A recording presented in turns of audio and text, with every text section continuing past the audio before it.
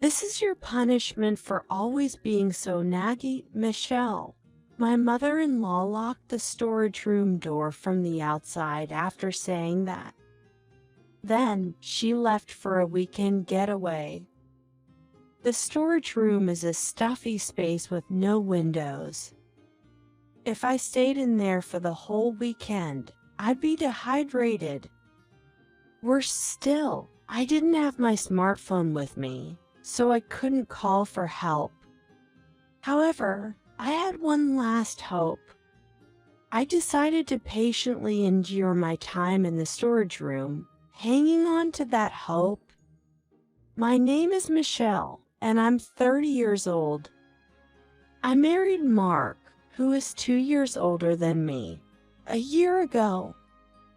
Upon getting married, I quit my full-time job and started working part-time locally. Mark told me I could be a stay-at-home wife if I wanted, but I chose to earn my own spending money. Furthermore, I've been living with my mill since we got married, and it's obvious she despises me. I've always stood up to her bullying tactics. Michelle, please redo the living room cleaning. Look, I found this hair on the floor, my mill says, showing me a strand of short, light brown hair. But my hair is long and black. The brown hair obviously belongs to her. Once, she even pulled out her own hair just to nag me about cleaning. So I reply, I double-checked after cleaning today. Isn't that your own hair that you've pulled out? Infuriated, my mill turns red and says, why would I do that? Just do as I say. I sense that I hit the nail on the head. But I can't ignore her completely. I quickly redo the cleaning. It seems to satisfy her. She also deliberately sabotages me. For instance, she crumples the laundry after I've smoothed it out and hung it to dry. When you go to take in the laundry thinking it is dry, without knowing it, you end up with wrinkled laundry. Then she targets my laundry specifically. What a wicked mill! She comments sarcastically as I'm folding the laundry, so wrinkled. What a shame. Looks like you'll have to rewash or iron it, LOL. I retaliate by intentionally leaving her laundry wrinkled. There's someone who gives me ideas on how to counter her. My sister-in-law, Kate. Kate rarely visits because she doesn't get along with her mom. But we click and sometimes go out for coffee on weekends. Mark is aware of this and encourages me. Kate, who's pretty straightforward, helps me brainstorm ways to stand up to my mill. My sister-in-law is the one who helps me think of ways to get back at my mill. Yesterday, she complained that my soup was too salty. Like, does she want me to get high blood pressure or what? And if Mill is that concerned, why not just make the soup super bland? You can say it's for her health. Think she'd go for it? I see. I was thinking of making soup, but saying it's for her health is a good idea. She'd have it if she doesn't like it. LOL. An eye for an eye. It's just common sense. Gotta do it to survive, you know? LOL. You're so right. You're a genius, sis-in-law. Kate and I share a laugh. Maybe because neither of us is a fan of my mill. But the situation has reached a point where I no longer need to use the tactics Kate and I devised against her. My mill suddenly stopped her nagging and nitpicking. Believe it or not, I have no idea why she turned over a new leaf. But she not only stopped complaining, she even started thanking me. Michelle, you're working part-time today, right? Just do a quick cleanup. You always keep things neat, so don't worry about it. Thank you for always ironing the laundry. From now on, I'll take care of my own stuff, so don't bother. I know it's tough on you. The food is so delicious today. Seems like your cooking skills are really improving. Keep it up.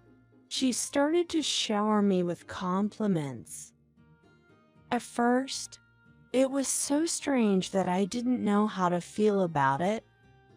I even reached out to my sister-in-law asking, "Mill's been overly complimentary all of a sudden. What should I do?" My sister-in-law was equally puzzled. That's really odd. Can't imagine her changing her ways so easily. What to do, indeed. We concluded, well, as long as she thanks you, go with the flow. If she starts acting up again, we'll think about something. Fast forward to about a month later.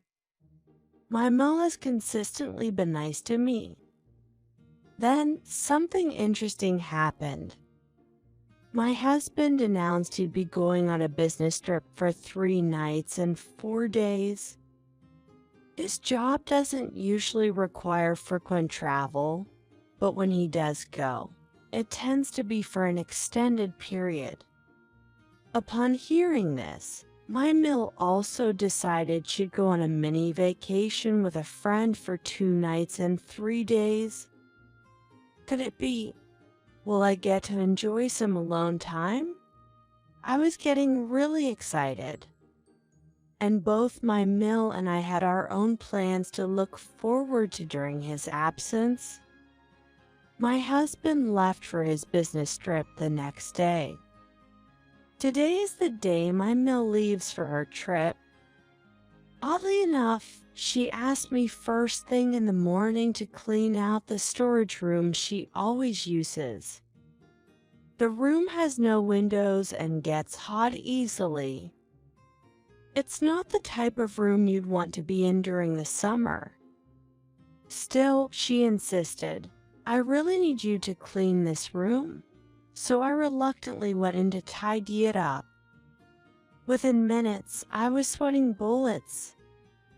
Why would she want me to clean such a hot room? I didn't know, but I just started to organize anyway. After a while, I sensed her presence near the door. Is she leaving for her trip now? I looked up, and there she was, smiling smugly at me.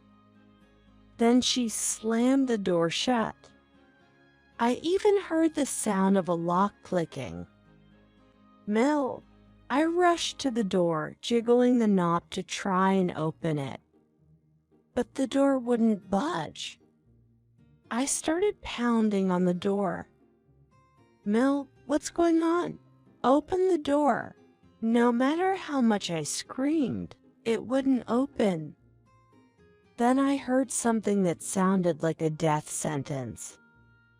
"This is your punishment for always being so naggy, Michelle. Enjoy the heat for the next 3 days, LOL."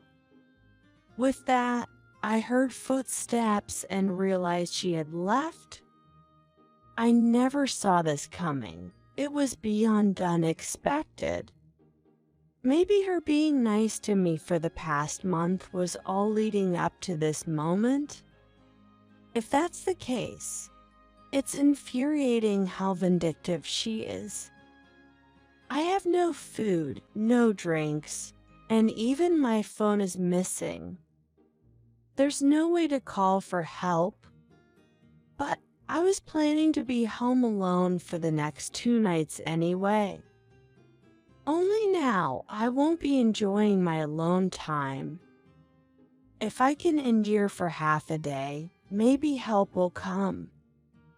Holding on to hope, I decided to endure for a while. 3 days and 2 nights later, my Mel returned from her trip. The first thing she did was head to the storage shed where she had locked me up. She must have thought to herself, "Surely she hasn't passed away?" But as she approached the door, a foul smell filled the air. Startled, she fumbled with the keys and locking the door to enter. The room was messy and empty, and the air was thick with a nauseating odor. "Really?" Frantically, my Mill calls out my name. "Michelle." Since she called for me, I respond. "What is it, Mill?" My response came from behind her. "Outside of the storage shed." Yes, I had successfully escaped from the room. All thanks to my sister-in-law, Kate. Kate also appeared in front of my Mill. "Mom, how dare you lock up my sweet sister like that?" Michelle was suffering from heat stroke. It was dangerous. Caught off guard, my Mill blinks in disbelief. "What? How? And what's the source of this awful smell?" The smell was just from some rotten fish I had left in the room. I show it to my Mill. "This is the source of the smell. Just a little trick to scare you, Mom. LOL." Kate says, wearing a mischievous grin. Well, this trick was entirely Kate's idea. So in the end, it turns out my Mill was just a puppet in Kate's plan. We all leave the stifling storage shed for the cool living room. There, we discuss the incident. Taking the lead, my Mill asks, "When did Michelle get rescued?" Fuming, she questions us, even though she should be the one in hot water. Half a day had passed when we found her, 'cause I was supposed to visit her. Do you realize what could have happened if I hadn't? Kate glares at my Mill. She was in a bad shape due to heat stroke.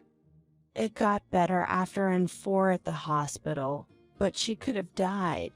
My Mill, now cornered, finally speaks.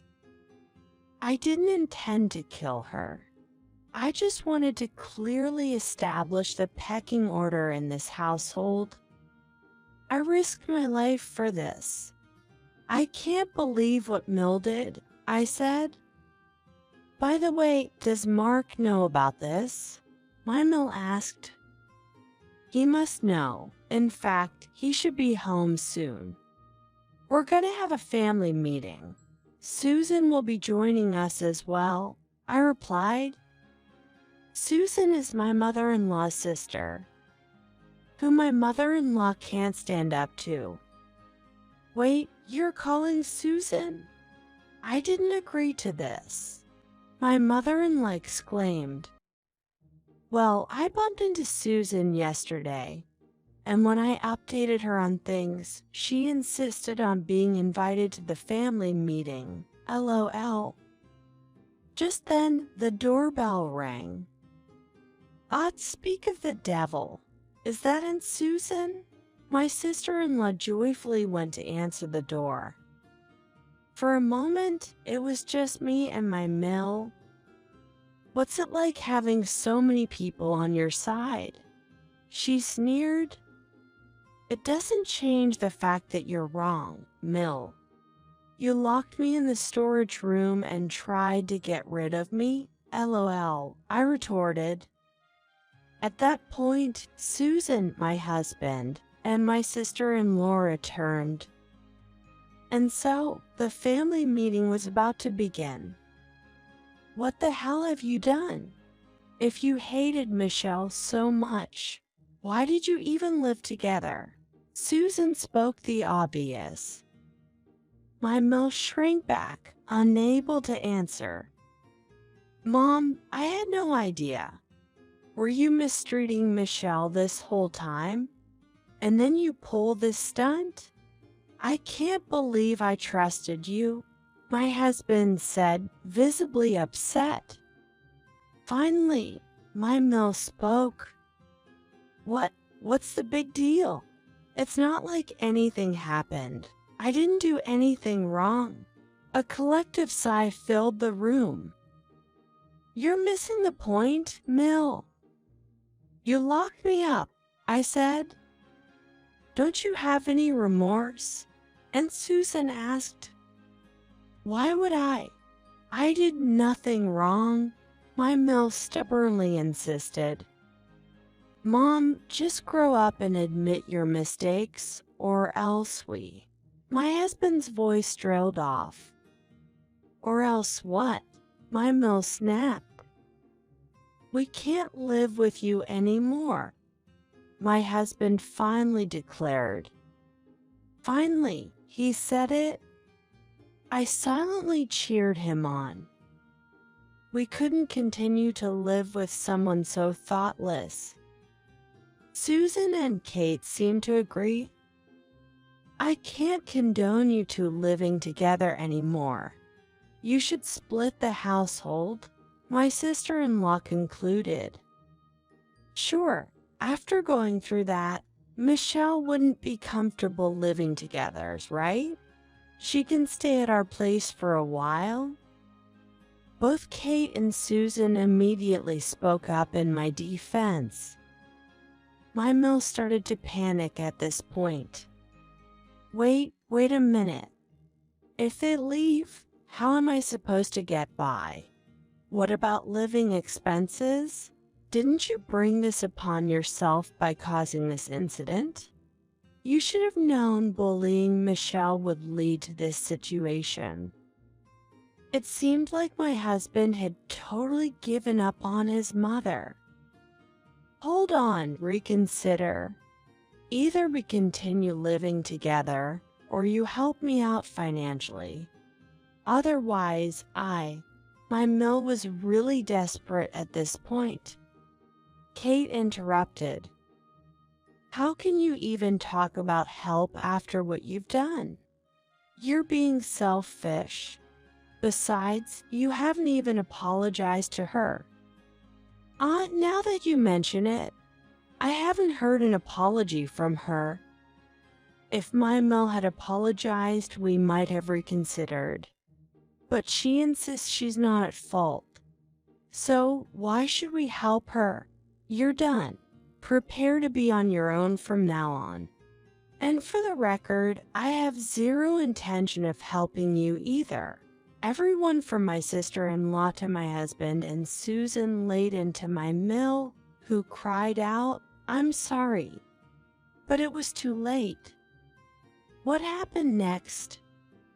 My husband and I quickly packed our things and moved into Susan's house for the time being. We planned to find a new place to live while staying here. Susan also spread the word about this incident among all the relatives, so no one would side with my Mill. In the family, everyone trusts Suzuna way more, so nobody believed my Mill's corrections. So my Mill ended up isolated with nowhere to turn. Even my sister-in-law said, I can't even consider someone who would treat life so lightly as my mother. My husband is also in the process of cutting off ties with her. From now on, consider her as good as gone. My Mill ended up selling the family home for some quick cash. Rumor has it that she moved into a cheap apartment somewhere and is living alone.